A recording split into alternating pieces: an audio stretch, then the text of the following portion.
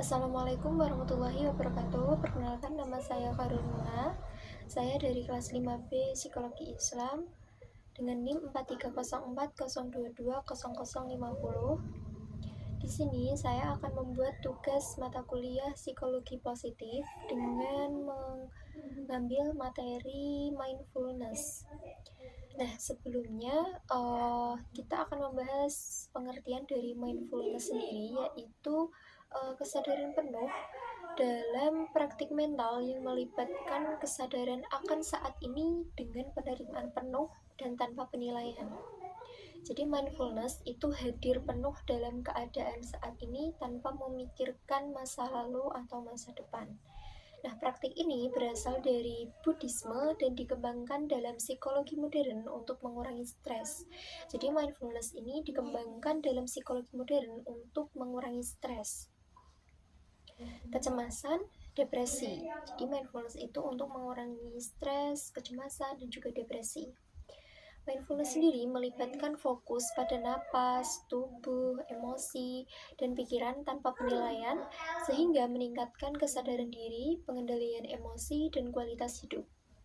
Nah, dengan melakukan praktik mindfulness ini, secara teratur, individu akan mengalami penurunan stres, kecemasan, dan juga depresi, serta peningkatan konsentrasi, produktivitas, dan hubungan interpersonal.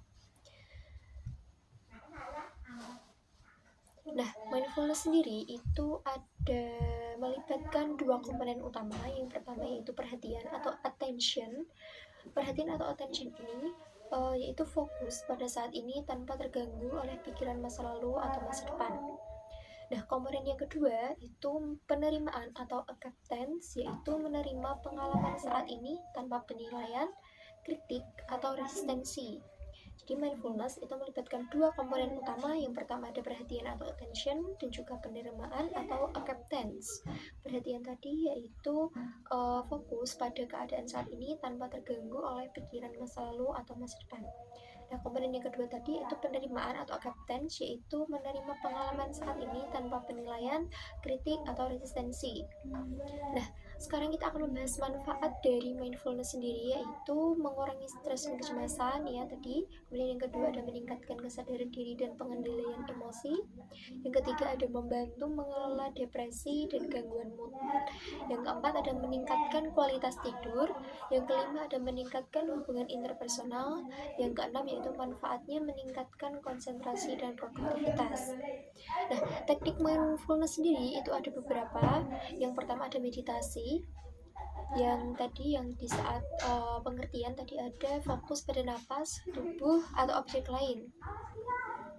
Yang kedua yaitu perhatian pada tubuh. Nah, mengamati sensasi tubuh. Nah, yang ketiga ada perhatian pada emosi, mengenali dan menerima emosi. Yang keempat ada perhatian pada pikiran, yaitu mengamati pikiran tanpa penilaian. Yang kelima ada aktivitas mindfulness, yaitu berjalan, makan, atau beraktivitas dengan penuh kesadaran. Contohnya seperti ketika kita sedang belajar di kelas, kita harus mindfulness, kita harus fokus pada keadaan saat itu, yaitu belajar di kelas dan mendengarkan guru. Mendengarkan guru itu salah satu mindfulness, yaitu hadir pada saat itu, hadir pada keadaan saat itu. Nah, aplikasi dalam kehidupan sehari-hari ya, tadi contohnya ketika kita sedang belajar di kelas, kita fokus pada guru, itu namanya mindfulness atau sadar penuh akan saat ini. Sadar penuh akan saat ini ketika guru itu menjelaskan, kita mendengarkan. Nah, di sini kita mengambil contoh yang pertama itu mengurangi kecemasan sebelum ujian atau presentasi. Nah, yang kedua ada meningkatkan konsentrasi dalam pekerjaan atau belajar. Yang ketiga ada membantu mengelola konflik dan stres dalam hubungan. Dan yang keempat ada meningkatkan kualitas hidup dan kesadaran diri. Nah, kurang lebih seperti itu penjelasan tentang mindfulness. Tadi ada manfaat, teknik, aplikasi dalam kehidupan sehari-hari, manfaat, dan arti-arti dari mindfulness tadi sudah kita bahas. Kurang lebihnya seperti itu. Mohon maaf apabila ada kesalahan kata atau kesalahan dalam menjelaskan. Saya akhiri. Wassalamualaikum warahmatullahi wabarakatuh.